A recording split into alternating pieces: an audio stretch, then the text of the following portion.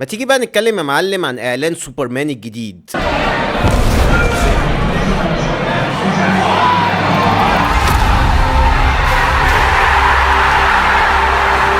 في حاجات كتير جدا محتاجين نتكلم عنها وفيها غالبا حرق الاحداث الفيلم ده طبعا على حسب فهمي، عشان برضو ما تجيش احكي لك قصة الفيلم لان انا غالبا هحكي قصة الفيلم فتيجي تقول لي انت حرقت عليا. طيب الاعلان بيبدأ بلويس لين بتعمل مقابلة مع سوبرمان وبتزنقه بالاسئلة لدرجة ان هو نفسه اتغاظ. بتقول له هو انت ليه اتدخلت ووقفت حرب في بلد تانية؟ انت مش بس تعديت على حدود البلد دي، انت كمان كنت بتوقف الحرب دي باسم امريكا، خصوصا انه كان لابس زيه احمر وازرق وده نفس علم امريكا، وتدخلك ده خلق مشاكل كتير جدا. سوبرمان بيرد انا ما كنتش بتصرف باسم امريكا، انا كنت بحاول اساعد الناس وخلاص. في الاعلان اللي فات بنشوف فعلا حرب بتقوم بين بلدين وفي النص طفل صغير بيرفع شعار سوبرمان. غالبا سوبرمان بيتدخل هنا وبيوقف الحرب دي، بس لما وقفها الدولة اللي دخلها بدون اذن اللي اسمها برافاريا، ودي دولة خيالية اتعملت للفيلم ده، لامت امريكا. والمصيبة بقى ان الدولة دي مش هتسكت، هتبعت بطلها الخارق يواجه سوبرمان عشان تسترجع لو جزء من كرامتها. البطل الخارق ده هيكون الآلي المصفح اللي بيطلع ليزر من عينيه، قوته غريبة وفي الإعلان باين جدا انه قادر على الإطاحة بسوبرمان، ولو تلاحظ على صدره علم الدولة اللي جاي منها. المعركة زي ما انتم شايفين هتسبب خسائر كتير، منها تدمير لمبنى عملاق، وغالبا الشعار اللي على المبنى ده شعار ليكس لوثر يا اخوانا، وممكن ده يكون سبب اللي خلى ليكس لوثر يكره سوبرمان. في نظره سوبرمان كائن خارق فوق العادة، مش قادر يسيطر عليه ولا يستغله لصالحه ولا حتى قادر يهزمه، وده مجنن ليكس لوثر ان بكل ذكائه وفلوسه دي مش قادر يخضع سوبرمان زي باقي الابطال. حتى في الاعلان قال بالنص Superman. He's not a man.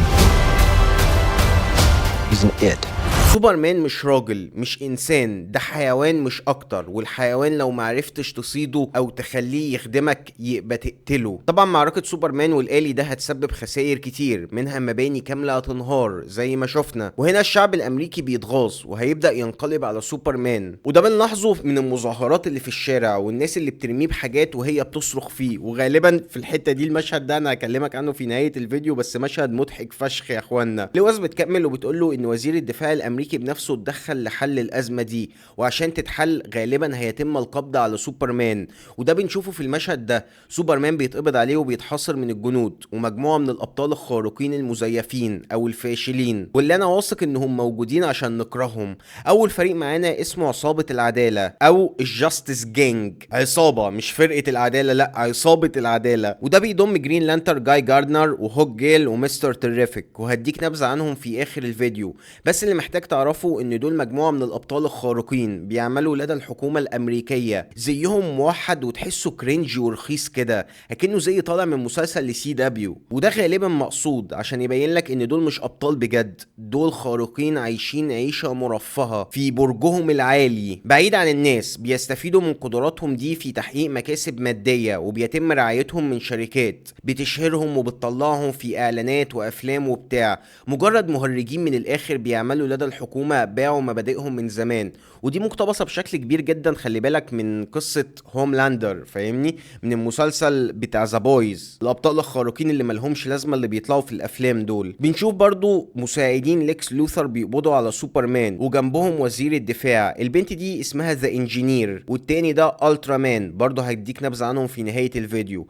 بعد ما بيتم القبض على سوبرمان واحتجازه في سجن مخصوص من صنع ليكس لوثر، بنشوف وراه ميتامورف، ودي شخصية قدراتها انه بيقدر يحول جسمه لاي مادة سواء معادن او سوائل، وزي ما انت شايف هنا هو محول ايده حرفيا لكريبتونايت عشان يضعف سوبرمان، وجنود ليكس لوثر يضربوه بسهولة. واعتقد ان في الوقت اللي سوبرمان محبوس فيه ليكس لوثر هيكتشف حصنه الفورشس اوف ساليتود، وهيروح هو ومساعدته ذا انجينير للحصن ده ويدمر مساعدينه الآليين، وهو بيقول Somehow become the focal point of the entire world's conversation.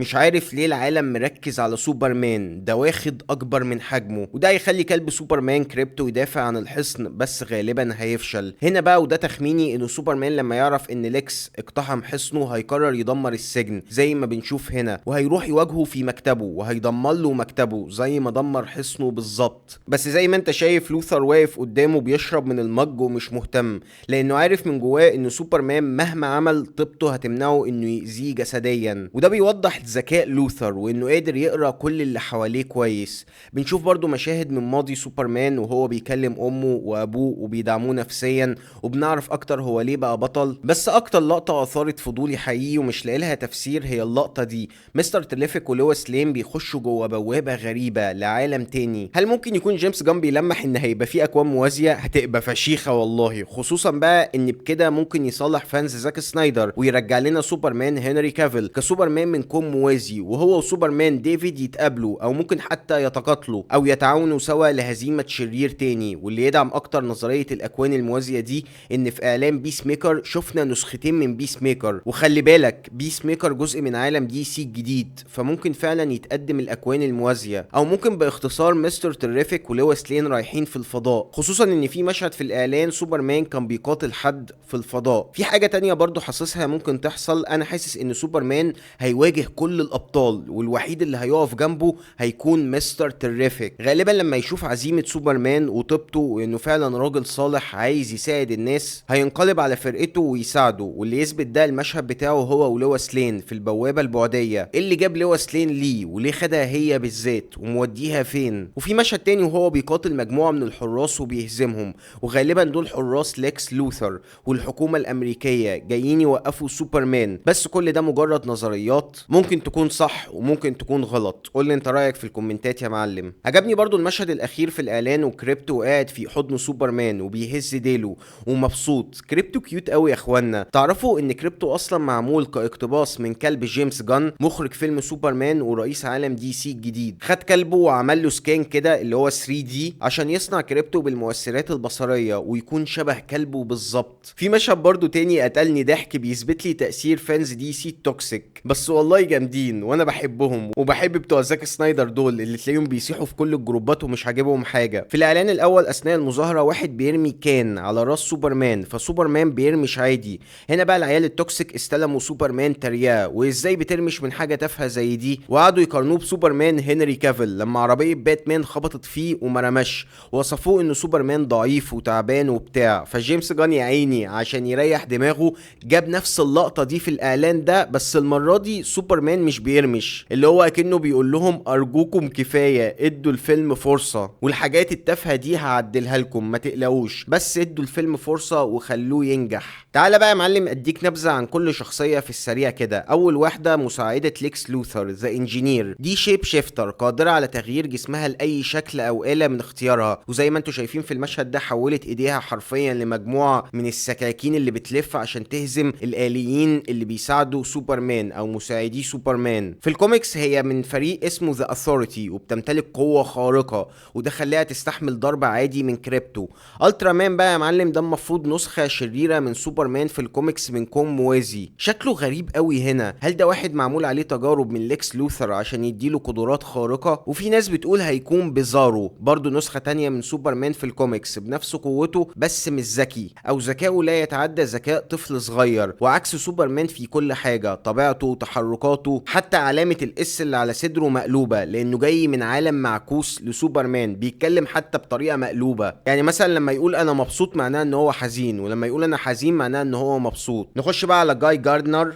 جاي جاردنر باختصار هو بشري حاصل على قوه الجرين لانترن، غير بطلنا الاساسي اللي نعرفه هال جوردن وجون ستيوارت. جاي جاردنر هو اعنف ابطال الجرين لانترن، عنيف قاسي متهور مندفع جدا وبيعشق القتال، بس طبعا مش بيقتل. وده اصلا لان قصته في الكوميكس او القصه اللي انا بحبها لان ليه قصتين، ان هو طفل صغير كان ابوه بيضربه وبيهينه وبيعمل من وشه جزامه، وده ساب جواه صدمه خلته يكبر يبقى مجرم بيتحدى القانون. اللي فواه ورجعه لعقله كان اخوه الكبير اللي ساعتها كان ضابط شرطه وسعى لتصليحه، وبالفعل اتصلح وكمل تعليمه واشتغل شغلانات كتير جدا لغايه ما في يوم انقذ حد وحصل على قوه الجرين لانترن. نتعرف برضو على هوك جير اللي بتقوم بدورها ايزابيلا مارسيد. في الكوميكس هوك جير هي زوجة هوك مان، وليها قصه بحبها ان الاتنين من كوكب محاربين اسمه ثاناجار بيمتلكوا معدن قوي جدا اسمه النيث ميتال اشبه بالفايبرينيوم كده بتاع واكاندا في عالم مارفل. هل وجود هوك جير معناها ان احنا هنشوف هوك مان؟ معرفش، بس اللي محتاج تعرفه انها بطله مش شريره وعضوه هي وجوزها في فرقه العداله. اخر شخصيه معانا هي مستر تريفيك اللي بيقوم بدوره الممثل ايدي جاثيجي. في الكوميكس مستر تريفيك عبقري، شخص معدل ذكائه عالي جدا، كان متعلق باخوه من ذوي الاحتياجات الخاصه الخاصة لغاية ما مات، وده أثر عليه جدا. كبر وحصل على 14 دكتوراه في الهندسة وفي الفيزياء والكيمياء والحقوق وعلم السياسة والكمبيوتر وعلم الرياضيات. ده غير انه كون ثروة عملاقة، بقى مالتي مليونير واخترع تكنولوجيا طورت العالم. ده غير انه فاز بالاولمبيات، رياضي قوي مدرب بشدة على الفنون القتالية المختلفة، وكان سعيد في حياته لغاية ما مراته الحامل بتموت في حادثة بيلوم نفسه عليها، وفي لحظة ضعف بيقرر يقضي على نفسه. هنا بيجيله سبكتر وبيديله هدف للحياة وبيحوله لبطل خارق تحت اسم مستر تريفيك. بينضم للجاستس سوسايتي وبيبقى جزء لا يتجزأ من الابطال الخارقين. انا متحمس جدا جدا لفيلم سوبرمان يا اخوانا. حاسس انه مش هيبقى فيلم ابطال خارقين تقليدي، هيبقى مليان روح وعاطفة ومشاعر، وانا عايز اشوف النسخة دي من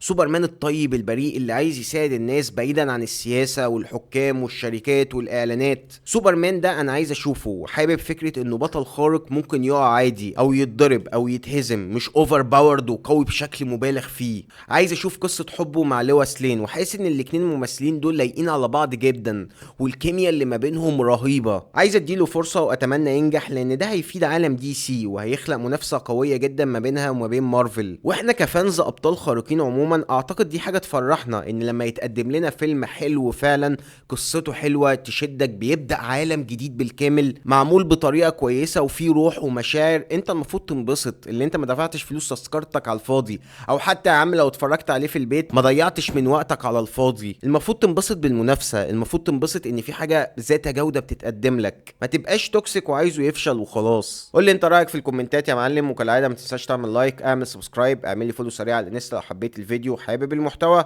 وبيس.